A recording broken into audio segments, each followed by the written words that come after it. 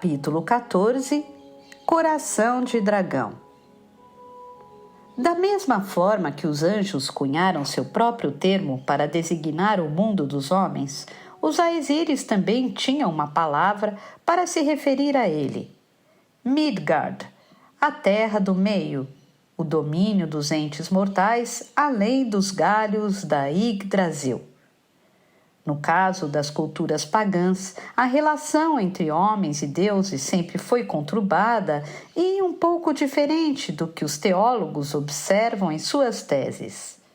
Odin, por exemplo, amava os seres humanos e concedia a eles pequenos favores. No entanto, também precisava punir quem não o adorasse.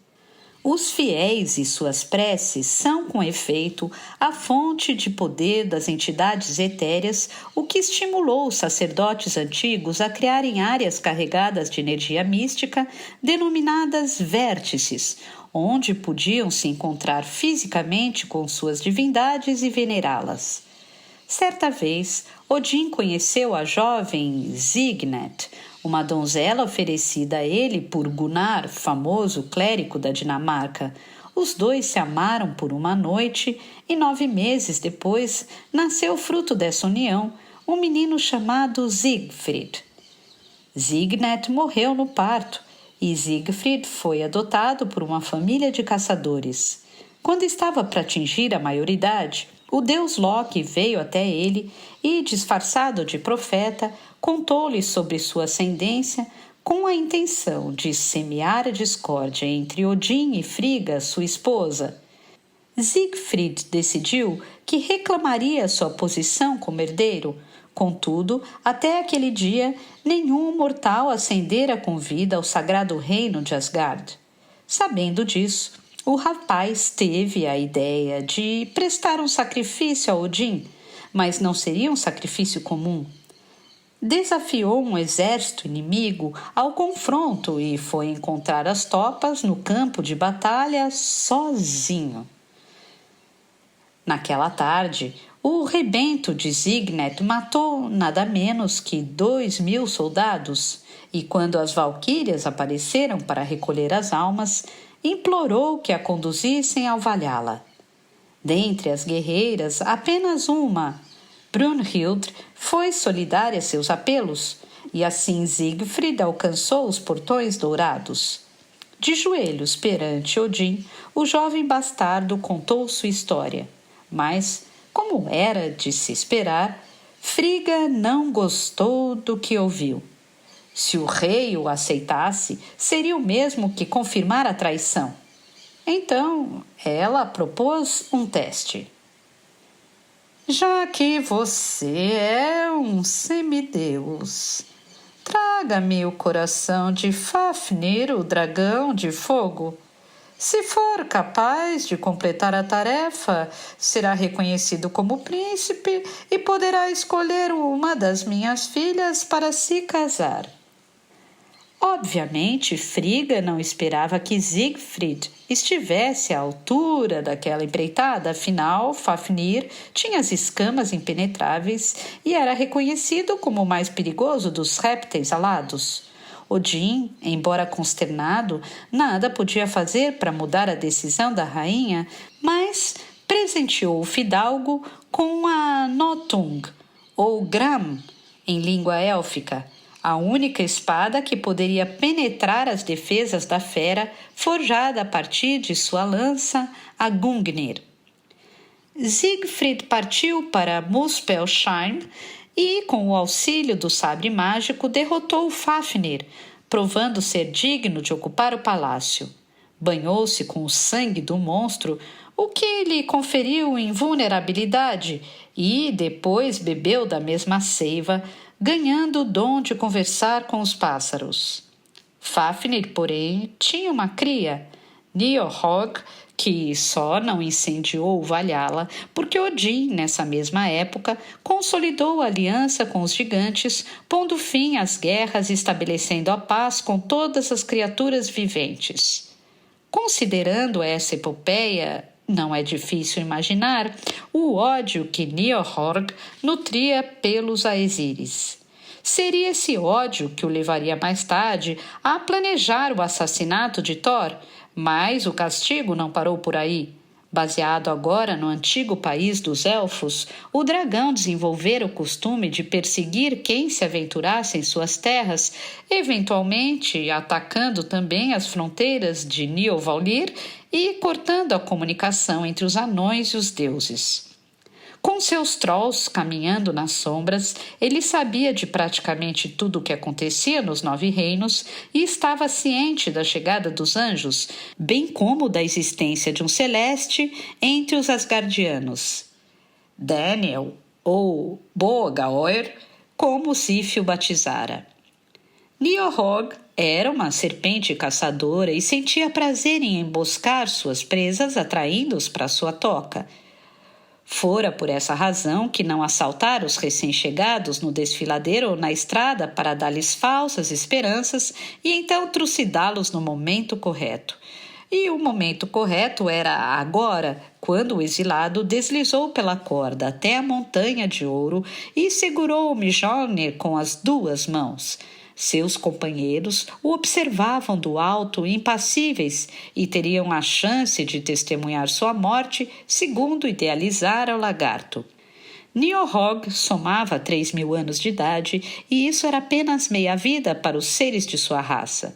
Quando um dragão alcança esse estágio, sua pele se endurece feito aço, os chifres se afiam e as escamas assumem uma tonalidade grafite mais adaptada às grutas e câmaras subterrâneas. Das patas à cabeça, Niorhog media 45 metros e, contando com a cauda, sua envergadura chegava aos 62.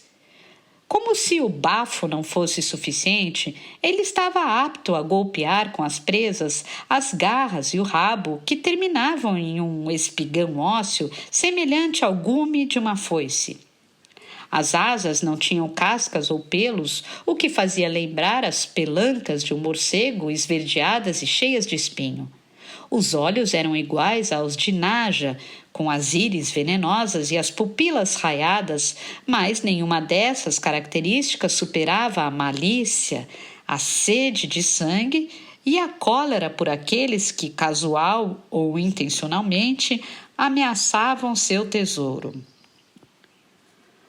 Fogo. Daniel sentiu o calor que o envolvia e só teve tempo de proteger a vista com o cotovelo dobrado. Fogo! Crepitação de fornalha, fogo! Saltar para trás ou para os lados não faria diferença, já que o sopro se projetava conicamente, transformando a gruta em uma espécie de caldeirão do qual não havia saída. Daniel estava preparado para morrer, mas o que aconteceu a seguir foi um tanto inesperado. Em vez de experimentar a ardência das chamas, os ossos derretendo, o que o atingiu foi tão somente um mormaço, uma brisa quente, mais inócua, que teria apenas lhe agitado os cabelos, não estivesse usando seu elmo. Olhou ao redor. Fogo!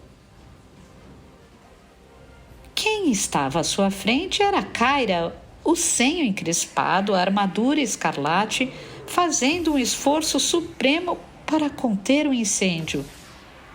De seus braços nasciam descargas de magma que, de uma forma ou de outra, retardaram o dragão, mas não o fariam por muito mais tempo. Era notório que os poderes de Kyra estavam reduzidos nos 9 reinos, mas ela já demonstrara em eventos prévios que sabia canalizar a energia telúrica conforme fizera em Atea, em Egíneas e no Tibete. Para salvaguardar os companheiros, ela então sugou a essência do solo vulcânico. O problema era que Andlang se extinguira fazia séculos e tudo o que restava em seu núcleo era um punhado de lava que logo terminaria numa erupção de vapor. Fuja! Ela avisou a Daniel, cobrindo-os com um escudo ofuscante. Recue! Não vou conseguir mais segurá-lo. Sou um querubim, boneca. O anjo torceu a cara. Quer me desgraçar, por acaso? O capitão se negou a deixá-la e, como resultado, os dois foram jogados à revelia. O escudo ígneo os salvara, no fim das contas, mas a força do cuspe era tão poderosa que o deslocamento de ar os impulsionou para longe. O corpo de Kyra saiu rodando como um foguete, abriu um buraco no paredão e ela caiu desmaiada à mercê do ser demoníaco. Daniel, por sua vez, aterrissou no canto norte, escuriado, distante os 100 metros de Mjolnir. O dragão os encarou e, enfim, compreendeu o que se passava. Não estava propriamente satisfeito, mas sabia que aquele era um atraso, um simples atraso e nada mais. Como Daniel fora o primeiro a adentrar sua casa, tomou a decisão de exterminá-lo antes, como exemplo aos forasteiros. Então se virou para o anjo, deu um passo e o encurralou. Impressionante!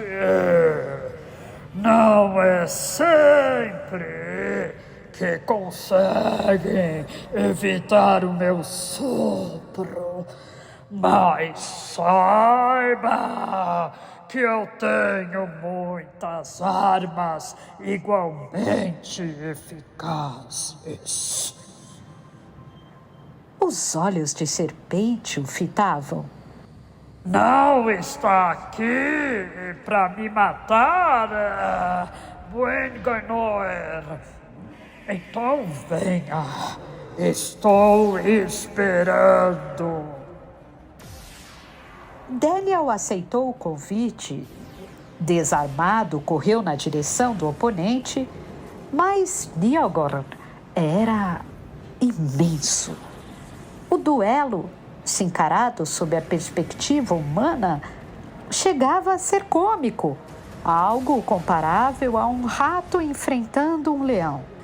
Niorhorg arriou as costas e traçou um círculo com o rabo de foice, sacudindo-o como se fosse um chicote.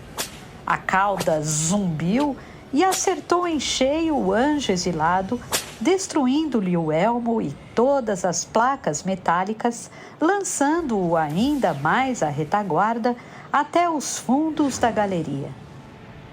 Com um corte aberto no peito, Daniel tombou no escuro sangrando, trajando agora somente a cota de malha sem a proteção da couraça. Suor de batalha. O querubim estava ferido, exausto, mas lutaria até a morte, como pedia sua natureza de casta. Ficou de joelhos, tomou fôlego e se preparou para levantar, quando o lagarto o prendeu contra o solo, retendo-o com suas garras cortantes. Cada uma das unhas, Daniel percebeu, tinha o tamanho de um homem e o esporão era ainda maior.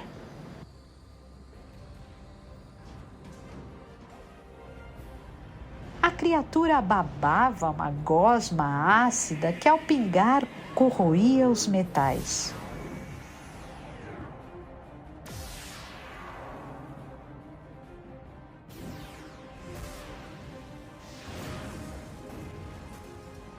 Apertou-lhe mais um pouco e 2 costelas se partiram.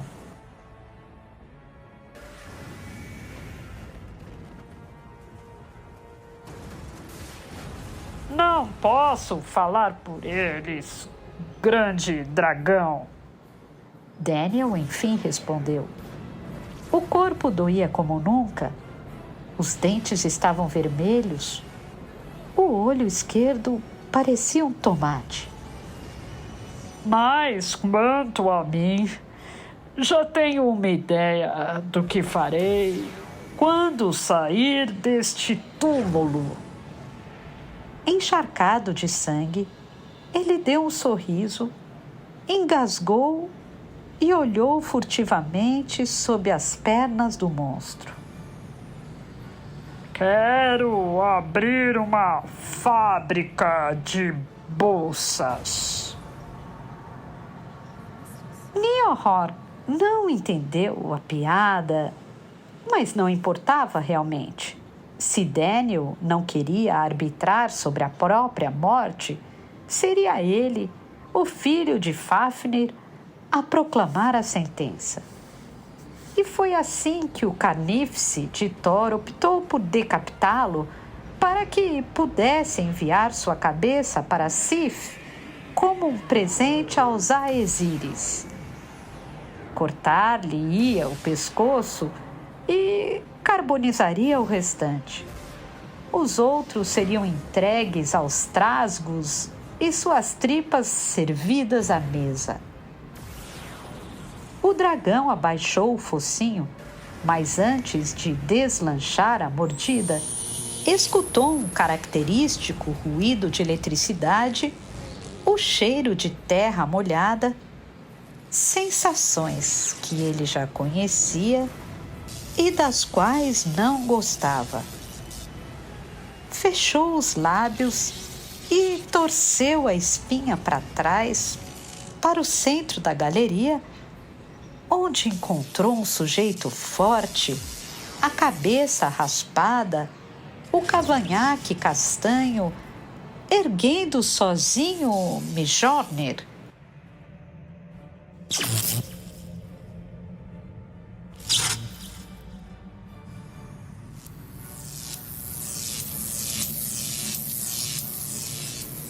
O martelo soltava chispas elétricas e, no instante em que Niorhorg ensaiou seu sopro, Urakin atirou o objeto por sobre os tesouros, mirando a testa da serpente pré-histórica.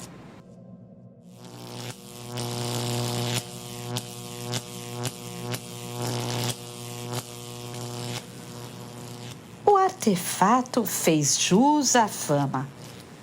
Cruzou a câmara numa fração de segundo, tendo como alvo o queixo da fera. Quando bateu, o estrondo foi similar ao de uma trovoada.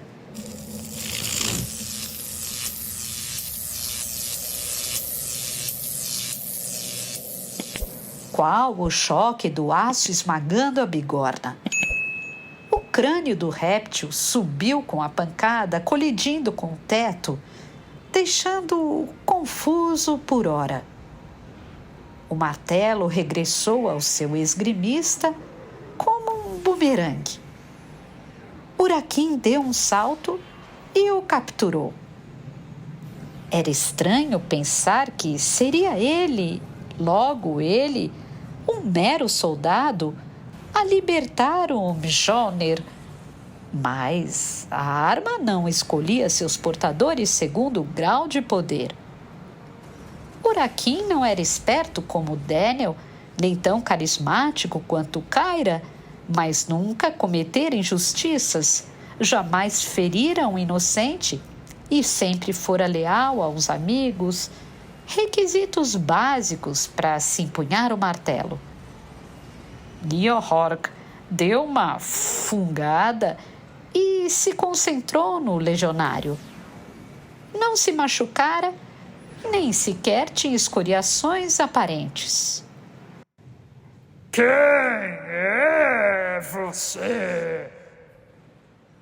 Meu nome é Urakin, o punho de Deus, disse ele, inflado de exaltação e bravura.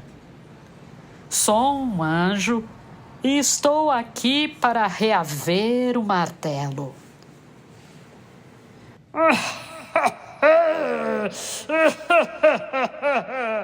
Um anjo! Dou-lhe os parabéns, Urakin! Seu coração é digno do Mjolnir, mas saiba que ele não tem a capacidade de me derrotar. Niogorn parecia agora totalmente recuperado. Não à toa fui um dos responsáveis pela morte de Thor.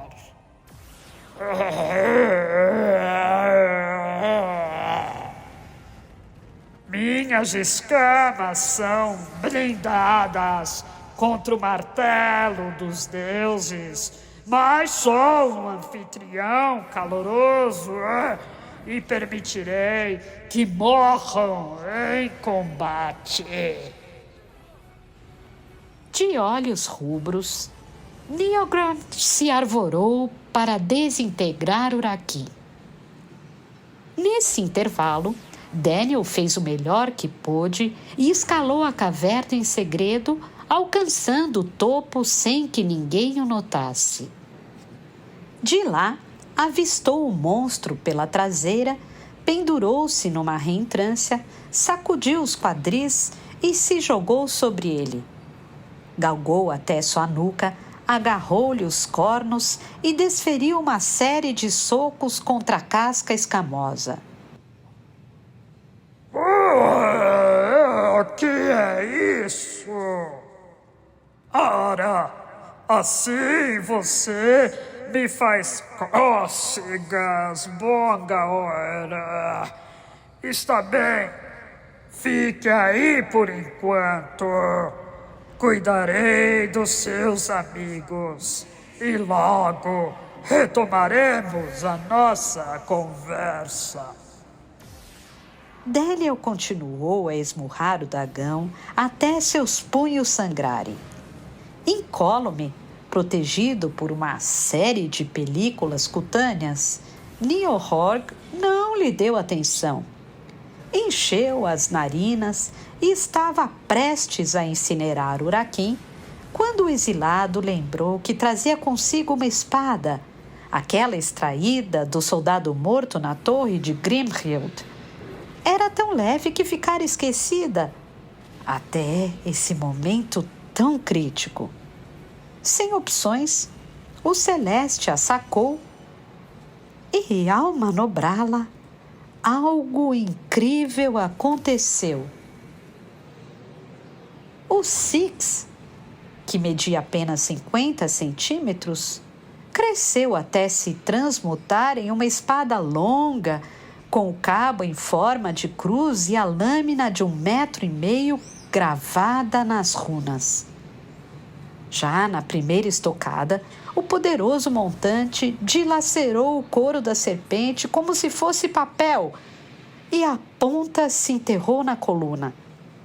O segundo golpe teve o mesmo desfecho, rasgando as escamas, espetando os tecidos, cutucando a medula.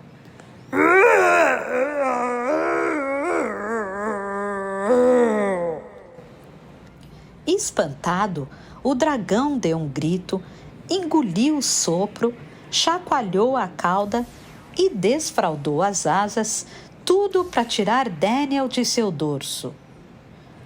Notung! Rugiu o monstro à medida que o capitão dos Aesires encravava o sabre múltiplas vezes em sua nuca. Gran Notung! O lagarto adejou, roçando o lombo nas pedras, e Daniel não teve alternativa a não ser escorregar para o chão. Já no solo, correu para um sítio mais alto, de onde supostamente teria vantagem. Entretanto, a posse da Notung, ou mesmo do Mjolnir, não garantia a vitória. De certa forma, até a complicava, posto que agora Niorhorg combateria impiedosamente com todas as suas forças. Os anjos olharam para cima e focalizaram o dragão que descia planando de encontro a eles, como uma nuvem escura de vapor e fumaça. Seu objetivo era abocanhar Daniel e, se conseguisse, seria o fim do caminho. Niorhorg armou o bote perfeito, o mesmo que usara contra Thor e que teoricamente não tinha defesa. O capitão fez menção de rolar, mas a bocarra muito grande o pegaria de qualquer maneira. Foi então que uma agulha em brasa perfurou o olho da criatura, destruindo-lhe a retina e atravessando-lhe a córnea, alojando-se finalmente no encéfalo, o que lhe causou uma dor absurda. Nem todo o seu corpo é impenetrável, ao que vejo. Quem falava era a Kyra, que se recompusera após o desmaio. Sempre existe um ponto fraco, ela disse, e com o arco mágico conjurou mais uma seta. Sem as escamas, você é só um lagarto. Só um lagarto. Niorhorg perdera o bote, tamanha era a agonia que a farpa provocava no cérebro. Kyra soltou outra flecha apontada para o nariz do dragão, que, ao ser fustigado, urrou com a boca aberta. Urakin se aproveitou do descuido e arremessou o Mjolnir dentro da garganta do bicho. O que ele mesmo não sabia era que a tez dos dragões é couraçada apenas por fora. Internamente, ela pode ser quebrada, tanto que o martelo lhe trespassou a goela como uma bala de canhão, saindo através do cangote e retornando à sua presença. Explosão azul. Sangue verde. Caolho sem faro e completamente desorientado, Niorhorg chocou-se contra as estalactites, fazendo-as desmoronar. O subsolo tremeu. Daniel se abraçou a Nothung e deu um rolamento, escapando de um pedregulho que quase o esmigalhou por inteiro. Projéteis silvaram. O Mjolnir refugiu. Tragam-no para perto de mim, pediu Daniel, girando a Nothung. Façam-no declinar o pescoço. Não perdoem. Graças aos artefatos místicos, especialmente a Nothung, o confronto se nivelara. Os celestes tinham conseguido ferir o dragão a duras penas e agora precisavam matá-lo. Com isso em mente, Urakin se adiantou uns 3 metros e conclamou Daniel enquanto manejava sua arma. Posicione-se! Ele exclamou, procurando o melhor ângulo para atacar. Posicione-se! Para a esquerda! Desviou-se de uma pedra. É agora! Em pé sobre uma arca, Urakin pegou o impulso e atirou o martelo, que fez uma curva e acertou o dragão no supercílio com o clássico tilintar da bigorna. Estática. Um lampejo. Cheiro de queimado. Fagulhas. O rosto de Niogorn se inclinou para baixo, descendo até o alcance da perigosa Nothung. Daniel não perdeu a oportunidade, pois sabia que essa seria a última. Mesmo em estado lastimável, pálido e cheio de talhos, ele brandiu a espada de Siegfried. O aço faiscou, encontrando a têmpora do animal gigantesco. Outro estouro. Sangue.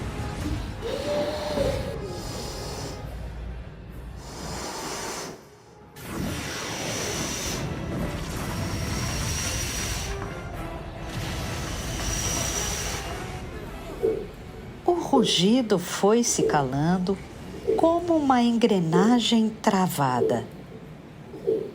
Sangue.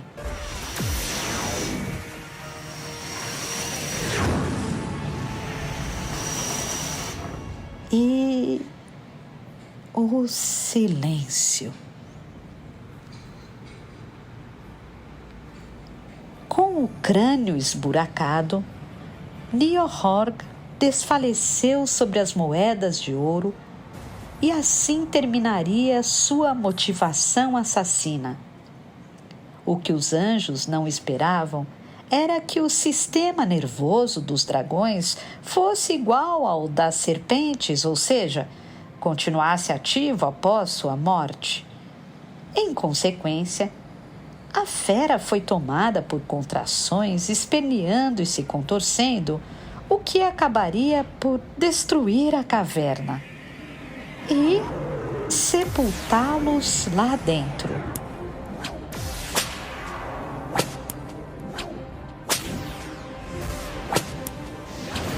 Não há tempo para escalarmos até o topo, constatou Kyra em meio às rochas cadentes. Sugestões? Protejam os olhos, pediu Urakin. Por quê? Vou tentar uma coisa. Ele se justificou e esticou o Mjolnir para o céu.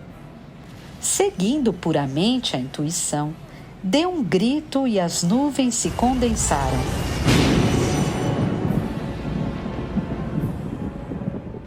Sucederam-se um relâmpago, um trovão e depois um raio que desceu através da cratera diretamente sobre o martelo.